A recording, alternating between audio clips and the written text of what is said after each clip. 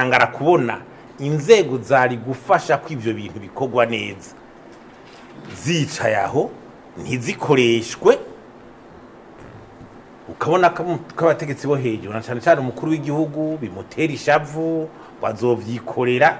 Ntavyo kwikorera ntibikunda, hari inzego zategeza kubikora kandi zibifitiye ubuhinga n'ububasha n'ubushobozi. Izo rero niyo Cour des comptes.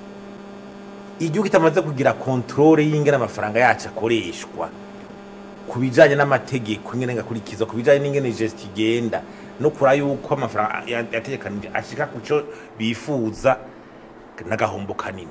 Murabona igihugu aho kigeze uno munsi mu bintu bituma igihugu kigera ngahe, ivyo byuko za Cour des comptes zane zidakora birimwo.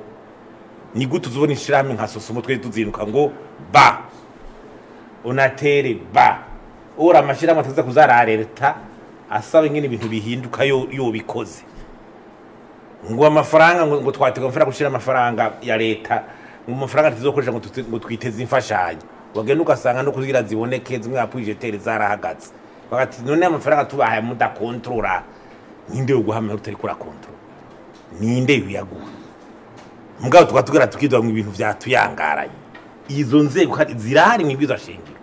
Ikibanjire nuko tubona ko abategetsi bose bo muri baba bashaka ko izo nzego zidakora, ahubwo bakazima uburyo y'amashirahamwe ntakurikize kuzana amadepo y'amakonte yayo yekana ingene byatungane ngo baze kuyasuzuma bakabima ababishoboye.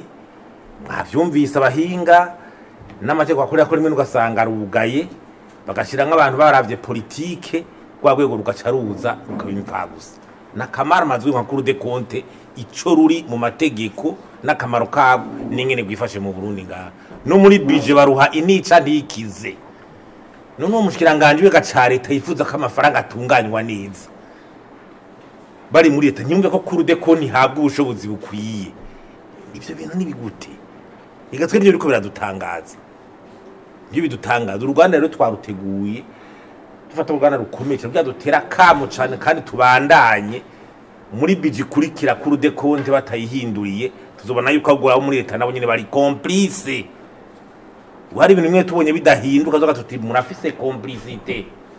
Kumbize no kuvuga umuntu abona ibintu ari bibakanga kubikosora kubera zinyunga ari karabikuramo.